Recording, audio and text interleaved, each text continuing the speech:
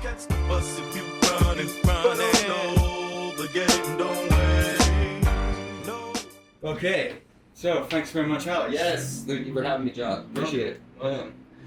Welcome, guys, to Jake Media TV. Another episode with Alex Latour. That's it, yes. And Johnny Dupre. Wow, we're fancy. Yeah, we don't sound like where we come from, I guess.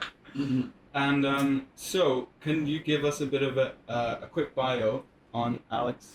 Yeah, sure. So I'm involved in the cannabis industry in a few different ways.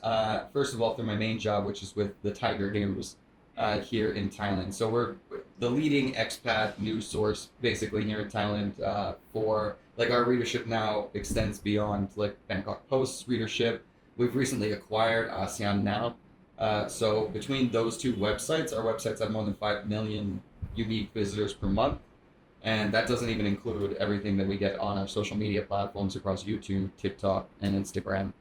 And as part of that job, I work with cannabis dispensaries, farms, peripheral companies all the time, complementary industry things, in an effort to not only advertise their products and services, but sort of to destigmatize the concept of cannabis legalization here in Thailand, and by proxy, I guess, for the rest of the world as well, because those dominoes are falling all over the place. And for me, it's just a really good avenue to try and legitimize our industry in the eyes of people that still carry that stigma that, it's dangerous. There's some negative aspects about that. Obviously, that is not how I feel. It's not how my company feels. And we work tirelessly to try and, grow the pie, I like to say. Try to bring people in to our community that wouldn't normally consider it as an option. So that's one aspect. The other side of things is my comedy promotion. Leaf, Laugh, Love comedy, because all of my shows are at cannabis dispensaries or other cannabis-related venues. So just trying to, cannabis and comedy, natural allies, I like to say. And that's more of a community-driven event. I put on 2 or 3 shows per week to try and, bring business in to these venues that can actually carry these shows. Obviously, a lot of dispensaries a little smaller. They can't really handle the infrastructure that to put on those shows. But we're getting bigger and bigger, and there's the attendance is going up. And it's just a fun thing to do. So by day, making videos, trying to support the industry. By night, doing events, trying to. And so, what do you think is the best techniques for destigmatization? Well, so I think a lot of it has to do with the sort of media content that is produced. Like you said, everybody's on social media platforms. Everybody's consuming their news from their favorite, personalities a lot of the time now.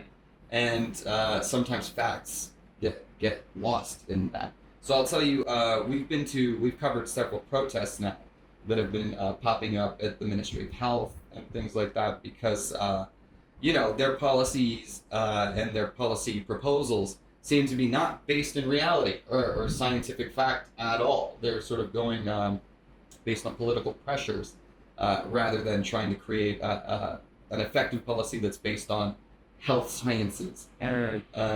So I don't know. In my opinion, there's the other issue of our own scene. I always call it the dankness of the scene, right? And there's a space for that, right? Like people that are really into the culture, super stoner types, wearing sunglasses indoors all day, face tattoos, wacky stuff. Yeah, all that stuff, and that's great. That's fine. They're part of our industry. But it can be intimidating for the more straight-laced people. And it's one niche of a massive spectrum. I smoke plenty of cannabis, but I don't identify with that niche. I'm more of a peace and quiet type smoker. And it's a shame that these some of these views are not based in fact, because people can jump to conclusions really fast and then go down a rabbit hole that doesn't lead anywhere. No, I agree completely, and it's in the greater context of the substances we do allow people to abuse, right? Namely alcohol, and tobacco. Caffeine as well. Caffeine, sure, but the health risks associated with especially alcohol and tobacco far outweigh what we have come to study so far about cannabis. Yeah. So that whole concept, and I think there's a lot of stigma too with its effect on mental health as well. There's people trying to say that it can exacerbate mental health issues, it can do whatever. But first of all, I always consider the flip side of that. How many people is it helping through their various mental health issues? Because for me, that's a big thing. Where I've used, ever since I found cannabis, it's helped me to find more focus, to be more driven, depending on the kind of cannabis I'm smoking, right? Sativa or indica, right? So sativa's been great for my creative output. Indica is great for helping me combat my insomnia. So it's had a tremendously positive effect on my mental and physical health. But again, this is anecdotal. The statistics match, though, my experience. So, and my anecdotes are exactly the same as yours. Part of the kind of confusion comes in the idea of like, well, you go on your own experience and your own like feeling, and I think that's just not how modern life is set up. You're not meant to follow your own heart. You're meant to follow your stomach and your hormones. And that's kind of what all the marketing is based on. And also, the original stigma against weed was not based on any science either. So it's like, to me it feels like they're just rehashing the same things and just hoping people still get jump to conclusions rather than study them. Yeah. But it's just marketing. Like, we have to figure out a way of how to market these nice, peaceful, helpful, supportive sides of weed without being inflammatory. No, you're absolutely right. We're in a propaganda war, right? We've been in there since, like you said, Nixon in the 70s. Also, Reefer Madness, that movie in the 30s. Yeah. It goes back further than that, obviously. Jazz, cigarettes, and things like that. But I think you've touched on a problem of it's the marketing of the industry. Right? Yeah. That's something that we constantly face challenges with trying to produce content for our clients.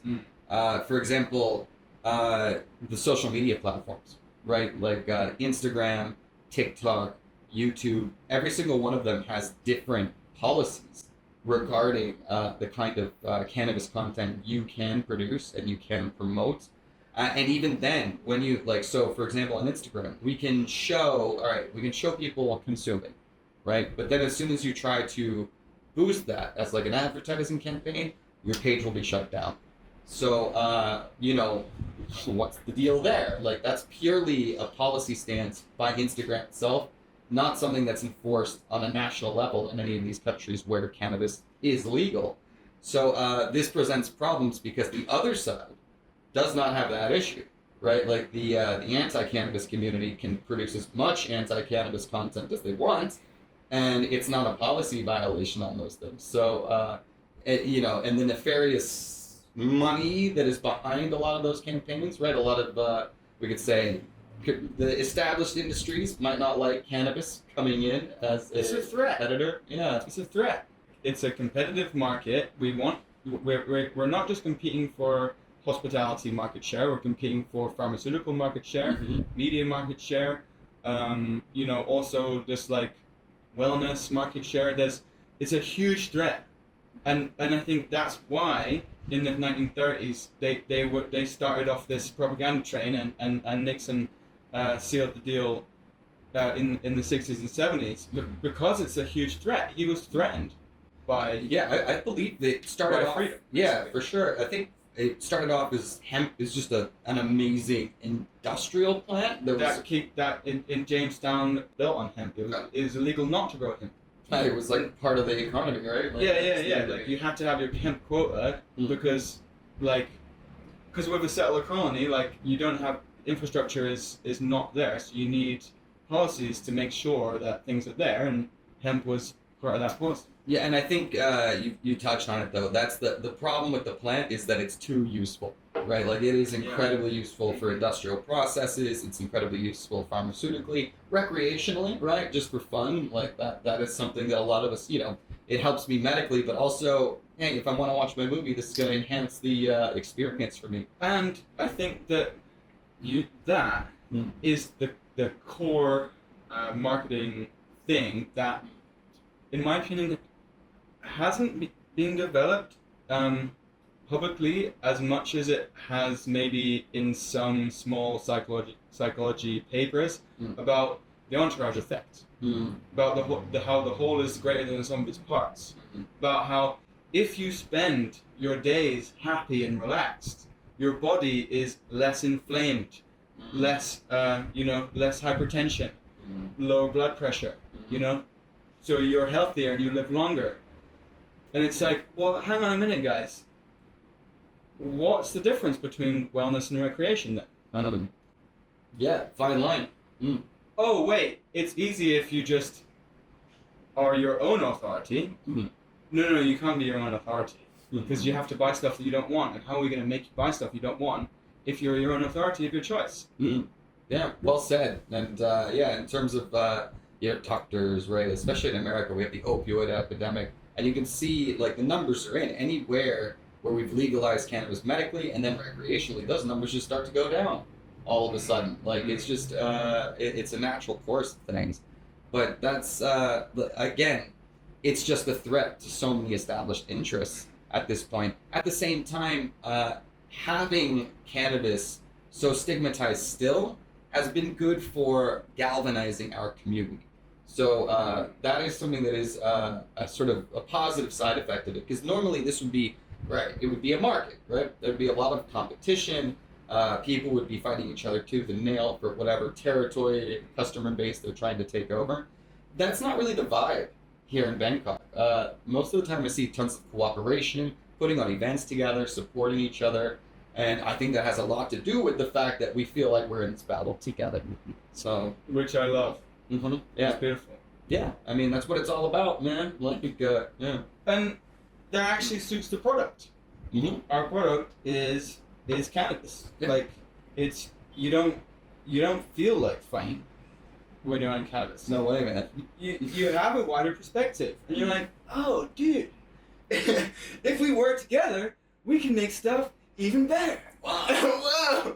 Crazy, man. Mind-blowing. Yeah. It's simple stuff like that, though, that cannabis makes it easy to see the light, I think, once you've embraced the culture and made it a part of your life. It's something, too, I've actually, I hate to admit this, but I've started smoking a little bit less, too, like backing off a little bit. Me too. But that it's always going to be a part of my life. It's always going to be something that I will turn to when I when the mood strikes. Spare mood juice. Yeah, exactly. And it will always be for my health. You know what I mean? And also, like, say, I'm assuming, I'm taking from the subtext there was a time when you were younger where you smoked quite a lot. Yeah. I smoked daily for 15 years of my life, probably. I took 1 year off. And when I took that year off, I got into all sorts of other substance abuse problems. Like, so it was an issue for me. Which is like, because I think that the phrase gateway drug is completely true. Because it's the gateway, it works both ways. Yeah. If you're in a certain type of life, then, stage in life or area, then harder drugs are easier to, to use. But then on the same way, if you've gone into other stuff, then the way to get out is with cannabis.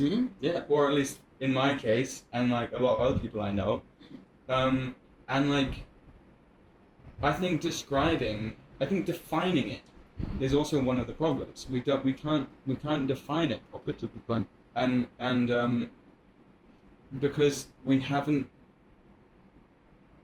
I think, gotten used to talking about energies as real things as much.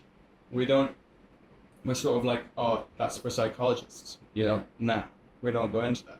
Whereas, at least in certain echo chambers online, there's loads of new shit about psychology and loads of new pop psychologists.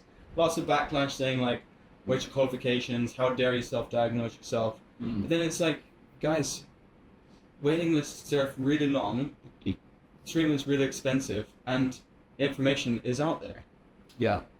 No, I hear you on that, and nobody knows you better than yourself, I think most of the time too.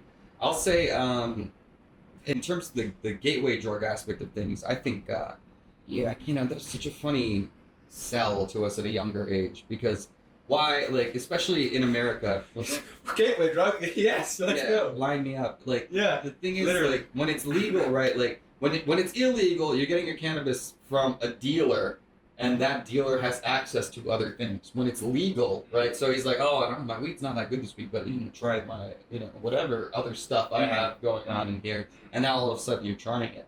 Further, like, oh. Yeah. When it's legal, when it's just dispensaries, that's not happening, right? Like, It's a richer experience. It's so rich. oh, for sure. Like, having the options, being able to find exactly what kind of cannabis strain I want for what kind of effect I'm looking for. I always tell people this, when cannabis is illegal, that's like, think of prohibition, man. Like, if you wanted to get your hands on alcohol, you're getting that bottle of XXX moonshine that might make you go blind. You don't know what it is. And now that cannabis is legal, it's like, okay, what do you want? Do you want a beer? Do you want a shot of tequila? Do you want a fine wine, right? Like, Do you want a coffee? Yeah. Do you want a nightcap? Exactly. Yeah. And now we have those options with a legal, safe, regulated environment. Furthermore, I mean, let's be real, the biggest gateway drug is alcohol, right? Like, alcohol is our inhibition lowering thing. Like, I think alcohol's been involved with me trying every new substance that I've tried, right? That's like the first step. Yeah, most people I know tried alcohol, sipped it really young, and then were chasing that. Like, not everyone in high school was chasing a skate, but like, a big proportion of people are. When they're 15, you're fucking fed up with shit. And alcohol is like, gets you there right away. Yeah. More than that too, when I go traveling to areas where cannabis is not legal yet, I find myself drinking a lot more too. And then that's not good for me or my health. So I'm way more dumb on like 3-4 beers than I am on like 2 splits. No way. It's like It's not even close. I'm like a flailing animal when I'm drunk, and when I'm stoned, I'm like, Yeah. and it's like, You need to only look at like the news that I cover the news all the time as part of the Thaiger, and all of the brawls and Varangs getting into trouble. It's always fueled by alcohol. Like, I've never seen one of these stories driven by cannabis usage ever. So for me, diverse the main thing. it's like the anecdotes are in, the statistics are in, my own personal experiences in, like, the jury's out for me. And it's just a matter of being able to convince the greater culture of it. But that happens one conversation at a time, right? Like, if people are consuming their information and they're in their echo chamber, like you said, just hearing the same feedback all the time, the only way to break that is to have a personal experience with somebody who is of a challenging perspective, and finding a way to get them to listen and open up their mind about this concept. It's becoming easier and easier, I think, because the dominoes are falling around the world. You hear a country like Germany is legalizing it now, and everybody, wow, responsible Germany's doing it? Like, It's because they're broke. I mean, there's always a good reason. There's whispers from Japan. Japan as well? Yeah. I've actually spoken with the Malaysian ambassador to Thailand. I had a podcast with him, and that was a big part of our conversation as well, because we met at an industrial and medical hemp expo. He was the keynote speaker at that thing, and I was doing press for it. And like I said, it's a miracle plant, especially for developing nations. Like, you think about the industrial applications, it's just so cheap to produce. In Thailand now, I don't remember the numbers. We're producing just thousands of tons per month. It's a ridiculous amount. Yeah. So what are we gonna do with it all? Like, Yeah, so a lot of it is, that's a big problem in the market right now, is that it's a bit flooded in Thailand. So it's pretty difficult for any individual operator to turn a big profit right now. However, there's a few different aspects. One is people are partnering up with universities for genetics development, and that's a big legitimizer, especially in the Thai people's mind. So if there is an association with established universities that have a very solid reputation with Thai culture, that can change some minds. The other aspect is export market. So lots and lots of growers, like they have way too much supply. It is illegal to import flowers into Thailand, totally legal to export it now. More so places like Australia, where they haven't, there is medical research going, so they do need a supply chain, but they don't have that infrastructure yet down there. So yeah, market's shifting. Sooner or later, it becomes more of a threat to compromise the new investors than it does to compromise the investors of industries that are actually on the back foot. So like that's probably the only way that the energy could actually change is if the threat shifts. Yeah. Well, and that's what I'm seeing, that shift, I think, because like the moneyed interests have always been against this, right? Like that, because it is such an easy thing to grow and produce yourself. Now, of course, we have amazing operators here that are bringing in very advanced standards to stay ahead of what the regulations are here in Thailand, which is kind of crazy because, like, if you think about it in any other industry, like if a country was just happened to be like, oh hey guys, we'd like to join in on this industry, and then all of the best people from around the world and with the highest budget countries come and be like, please let us join, we'll give you millions of dollars, and then they're like, oh yeah, sure, you can join. Like, okay, no, that's never happened in any other industry in every country. Yeah, it's like Thailand is this like international hub of development. it has to do with how they did it and how they went super Wild West right at the beginning. Wild East. Right. Yeah, and that I think that's where the backlash is coming from. So one of the things that they messed up in rolling out. So I'll tell you that my theory of this legalization was the Bumja Thai Party was in power as a result of a military coup, and they were basically in junta, and they knew that they were establishing an election that was going to come up, and they were going to attempt to let it be free and fair until they decided not to. At least they thought about it. See, they did think about it. And this is an aspect of them thinking about it. They thought, all right, this policy will be popular. People will like that we will legalize cannabis. However, yeah, that was very good at winning over foreigners and tourists and stuff like that. But the local Thai population was still just so mad at them for all of these other reasons that they made it an easy target policy for Pheu Thai Party and Move Forward Party to say, hey, they didn't think it through. We got to attack them on that. And at the end of the day, the Bumjai Thai Party finished that election with less than 10% of the vote. So what was one of their flagship social issue policies to try and win voters over didn't work at all, and they ran it out too fast before the election, so they didn't establish a cannabis tax, right? The way they have tax on alcohol and tobacco. There's only a VAT on it right now. And they didn't really establish the rules. So all of a sudden you saw they were selling licenses super cheap. And there's 20,000 licenses in operation right now in Thailand. So it's just a political fiasco, really. So this Pheu Thai Party maybe didn't believe in weed, but they sold it because of the image of it, right? Now this image of it is really there, and there's all these sides to people.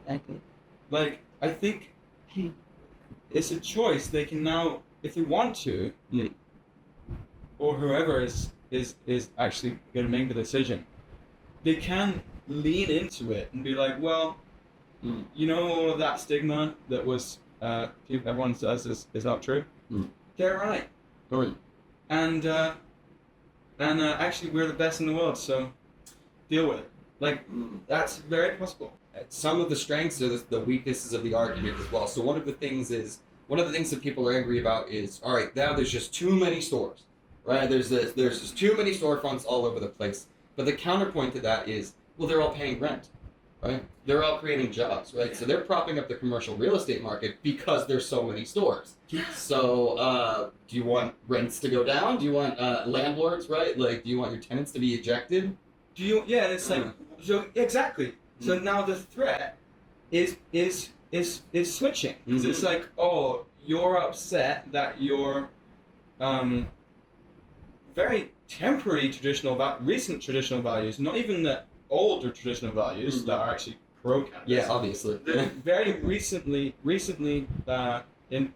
pushed faux traditional values are being attached, and you're like, okay, sure. What's your end game? Is that really more important than the economy? Right. Yeah. Right. Like, and that's going to be the name of the game at the end of the day. Is the thousands of jobs that have been created, the millions of dollars that have been poured in direct foreign investment, and now it's a multi-billion-dollar industry already.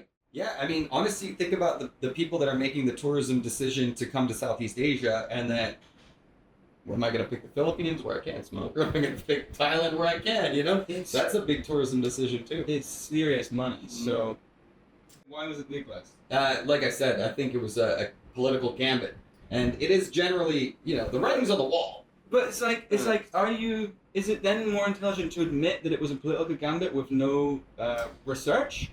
Or is it more useful to just say, oh, yeah, no, like we already did that research. No, totally. Well, it's a blame game between the political parties, right? So to me, the whole issue is more of like distraction politics. It's the same way that gay marriage was used in America and in Western countries to be like, hey, the gays are getting married, so ignore the economy problem, ignore the war, citizens we're killing. Yeah. Right, and so to me, I think it's similar in Thailand. Hey, pay attention to this issue, not to the infrastructure problems that we have, the political problems that we have. Of course, with Move Forward Party being kept out of power despite winning the majority of the votes. So which is like really a more scrutable. What's that word? Scrutable. More scrutable thing than something else. Right? Yeah, it's quite scrutable. Conspicuous, right? In terms of global conduct, saying that you're gonna have an election and then do what you did. I mean, it's par for the course with them. But the problem is now there's 4 court cases going on right now where Thaksin Shinawatra, the former leader of Pheu Thai, is in trouble. Please, hold on. The Prime Minister himself is involved in a court case. Move Forward Party is facing dissolution. And it seems like we're heading to this cycle of, all right, there will be big protests. We need to send the military in to maintain order. And all of a sudden, we're back in our same cycle of deposed leader and moving on to the same thing. So yeah, which then must have a like. I like the phrase "history repeats itself," but it's not a circle; it's a spiral, right? It's like a fractalated, repeated version of it, which then at some point changes form. Yep. So it's like how, in my imagination, releasing this pressure and just going with the kind of cultural wave is the safest option. Yeah. But I'm not, privy to all of the things. Yeah, it's power politics at the end of the day. And this is the thing. It's that at the end of the day, the military still holds most of the cards. But I do like your it's not a circle, it's a spiral. It does feel like things are getting better. And one of the reasons why the monarchy has been able to stay established for so long, the military power has been able to stay established for so long, is that they are pretty responsive, generally speaking, to their population's needs, right? They do move policy quickly when they think it's going to make people happy, with a few certain touchy issues that are always going to be off limits. But this cannabis law was an example of that, I think. The election results, while it was a bit of a little fudgery, they still gave up power to the Pheu Thai party in terms of they're the ones making the domestic policy decisions at this point. But yeah, it's And you gotta stay hopeful. yeah, and it kind of is also kind of fair enough. Like it was a military coup, so like they're not on the same rules. They're on their rules. Yeah. So it's like, okay, fine. But there is still this sense that they want to be a democracy, though, and that's a flame that needs fanning. And I try to make concessions, moral concessions here and there, because I see myself. I live in Thailand, right? This is my country now. I'm working here. I'm invested. Taxes. I do pay taxes, yeah. So I am invested in what happens here and the policies that happen here. However, I do understand it's a different culture, it's a different history here, and the Thai people do have some mechanisms of self-determination. I've seen protests aplenty. Like, I lived in China for many, many years. You ain't seeing protests over there. They just get bashed, don't They get arrested, disappear. they? Because China's just like, no, you're not. Yeah. And even here, when you see about people who are arrested for the anti-defamation stuff, I won't say exactly. It's big news when these people get arrested, and it's still controversial around the world. And my dream, though, my vision is that Thailand is the future, right? It's leading the way in a lot of right, like it's leading. Gay marriage just passed the Senate today. Like, they were not as dominated by colonial powers and were therefore able to forge their own personality, right? And that's something you notice about Thai people. They're not conformists, right? Thai people all have very individual personalities, very individual tastes and interests, and Good style. yeah, always something cool going on. And you compare that to other countries in Asia, and you just don't really see so much of that. And that's what I mean about Thailand especially. It's still like, when I lived in China, everybody was going to be there for a couple of years, make their money, and get out. It's transient, right? When people come to Thailand, I was supposed to be here 2 or 3 weeks, and I found a way to stay here because I was determined. You just find a way. It's a jungle. It's jungle. They're jungle people. Yeah. And that's all about. And in my head, I'm like, the jungle is always abundant. You can get whatever you want, but if you're ungrateful, you get eaten. Yeah. Right. And I'm like, I get a bike taxi every day to work. It's about half an hour drive. And I wear. Butt hurts thinking about that. But Yeah. Because it would take at least an hour in a car. Oh yeah, big time. And I wear a helmet about half the time because they have that's how often you get given a helmet. That's true. Unfortunately, yeah. Yeah, and I'm driving and the boys driving fucking 100k, Ooh, that's too fast for me at that point. Yeah. And yes, I fear for my life. Yeah. Most days. Most days, twice a day, I fear for my life. Yeah. But it's like I do trust the driver. They're born on these things, man. Like so I usually, if I'm going for speeds like that, if I'm going like on a highway somewhere, I get a helmet on. But if you're driving around the city, like mostly you're just weaving a little bit into traffic, so like you're never going above like 15 kilometers per hour, 20 kilometers per hour. And yeah, my God, I drive scooters, but I don't drive them in town because I just feel like there's so much going on all the time, and these guys are just so accustomed and attributed to it. And but yeah, that's I think we're off the topic of cannabis at this point. But it must have been like cannabis. It must have been cannabis. But the point is, we love this place, and we're trying to assimilate in all the ways that we can. A little bit of chaos is good for the soul. Yeah. So, I don't know. I'm with you. Get on the bikes all the time, man, and mostly because I like to smoke weed all the time, so I don't have to worry about driving myself. I'm just a passenger. Yeah, and it's just fun. It is, and I think. It's my preferred method. Yeah, and I think to sort of swing it back around, it's like that sort of legitimacy based on vibes.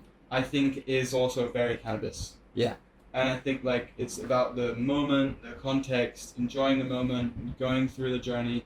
Also, being really high can be quite difficult and stressful sometimes. Like, Mhm. if you get into the wrong place, you smoke a bit too much. You know, if you meet the wrong person at the wrong time. Yep. You know. I mean, it can be like, again, the easiest way for me to relate this to non-smokers is in terms of alcohol, some way or another, right? Alcohol affects people differently too, right? Like there's some and different alcohols affect people in different ways as well. Like I'm a bitch on tequila, you know what I mean? Like, but I can chill out on beers all day, whatever. And the thing is, different kinds of cannabis, that's what it's like, right? And still, there are people that I know that had tried weed like years ago or something like that. Be like, oh, I tried it. I know what it's all about. And it's like, no, you don't. Like, you tried it when it was still prohibited and illegal. You were getting whatever, you know, oregano they were throwing at you. Yeah, very bad quality. So, yeah, just imagine a world where you have options and choices and for like very specific purposes as well. Like, are you gonna drink a Guinness at the beach? Like, I don't think so, right? Like, that's just No. that sounds awful. You're gonna want a nice, like, you know, whatever, single with ice or something like that. Or mojito. Sure, exactly. So, yeah. Anyways, I encourage you guys. I gotta get going, but can I make some plugs real quick at the end? Please plug. Yeah. So, please, guys, follow me at the Thaiger Official on Instagram, or the Thaiger on YouTube, or just go to thethaiger.com. Whatever. We keep you up to date on all sorts of news. We have like one of the biggest hubs of information on cannabis. We produce multiple articles a day. So if you are in the industry, if you have a business in the Thailand cannabis market, please consider checking out Thaiger Top Shelf Club. We have like the different levels of membership, and we host monthly events where we give awards to our members. And finally, Leaf Laugh Love Comedy. Follow that on Instagram to stay up to date on all of the comedy shows that are going on in the city, but also our shows, which we produce at different cannabis dispensaries around Bangkok. Leave love, guys. Goodbye. Blessings. Thanks. Thank you very much for having me, John. Yeah, it was really fun. Yeah. You got chronic.